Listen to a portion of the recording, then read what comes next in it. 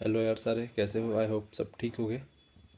तो पता होगा तुम्हें, आज टॉपिक ऑफ डिस्कशन है ईरान, इजराइल और यूएसए के बीच की कॉन्फ्लिक्ट।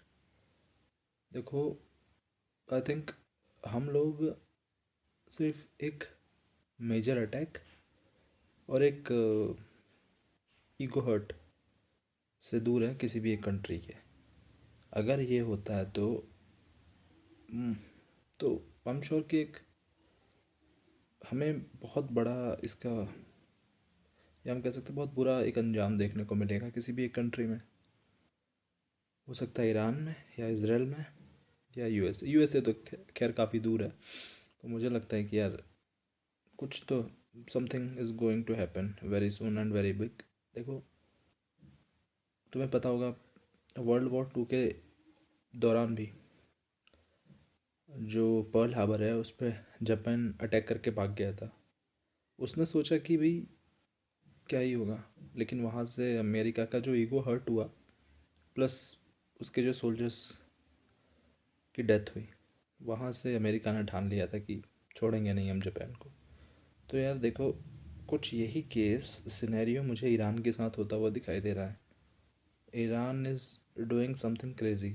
तो क्यों ना वो क्यों ना करेगा, शायद वो कंट्री को ऐसा करना भी है, क्योंकि उनके आफ्टर ऑल सुप्रीम लीडर को मार दिया गया है।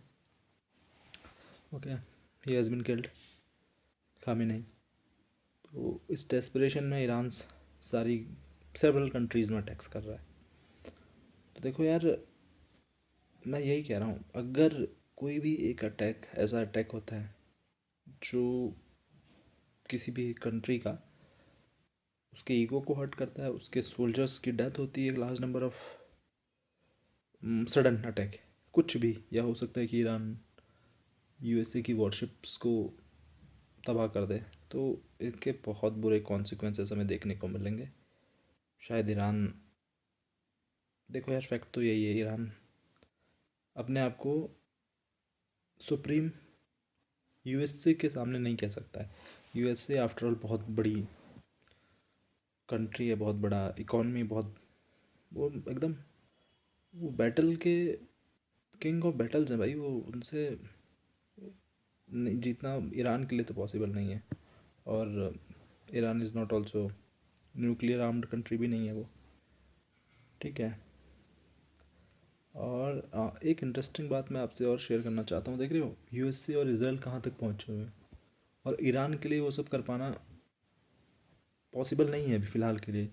क्या किया कि अभी मैं एक न्यूज़ पढ़ रहा था, आई वॉज रीडिंग डेट कि यूएसए इसराइल ने जो खामिनी को मारने के लिए जो टैक्टिक्स यूज़ किए उसमें पता है क्या है? मॉडर्न वॉरफेयर में उन्होंने ईरान के ट्रैफिक कैमराज उनको हैक किया था। अब मैंने न्यूज़ में पढ़ा, ये आई थिंक हिंदुस्तान टाइम्स का एक आर्टिकल है, उसमें पढ़ा मैंने कि इन्होंने ट्रैफिक जो कैमरास थे वो हैक किए हुए थे काफ़ी लंबे टाइम से।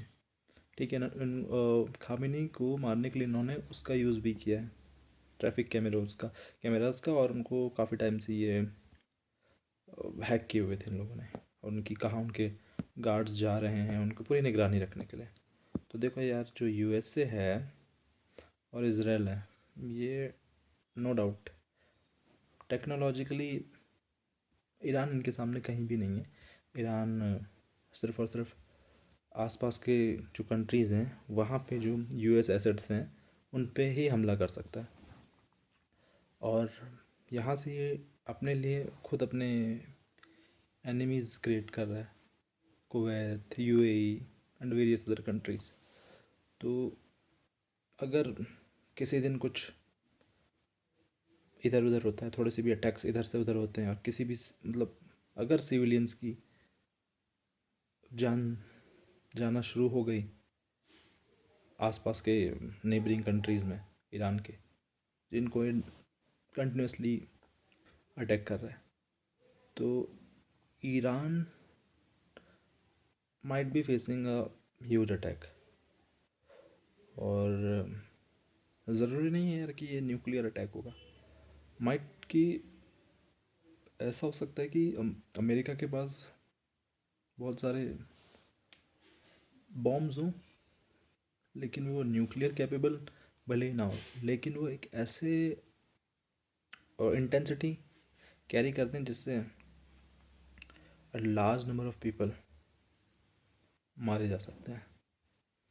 तो आई होप कि यार ये सब चीज़ जल्दी से सॉर्ट आउट हो इनके बीच, है ना। लेट्स सी जो भी होता है। बस मैं यही बताना चाह रहा था आप लोगों को, और एक ये टेक्नोलॉजिकली जो यूज़ किया है यूएसए और इसराइल ने, ये ट्रैफिक कैमरे वाला, वो मैं आपको शेयर करना चाहता था। ठीक है यार, मिलते हैं अगली वीडियो में। लेट्स होप कि सब कुछ ठीक हो जाए जल्द से जल्द। फिर मिलते हैं अगली वीडियो में। अगर कोई अपडेट होगी तो मैं आपके पास आऊँगा दोबारा से। Thank you, bye bye, take care.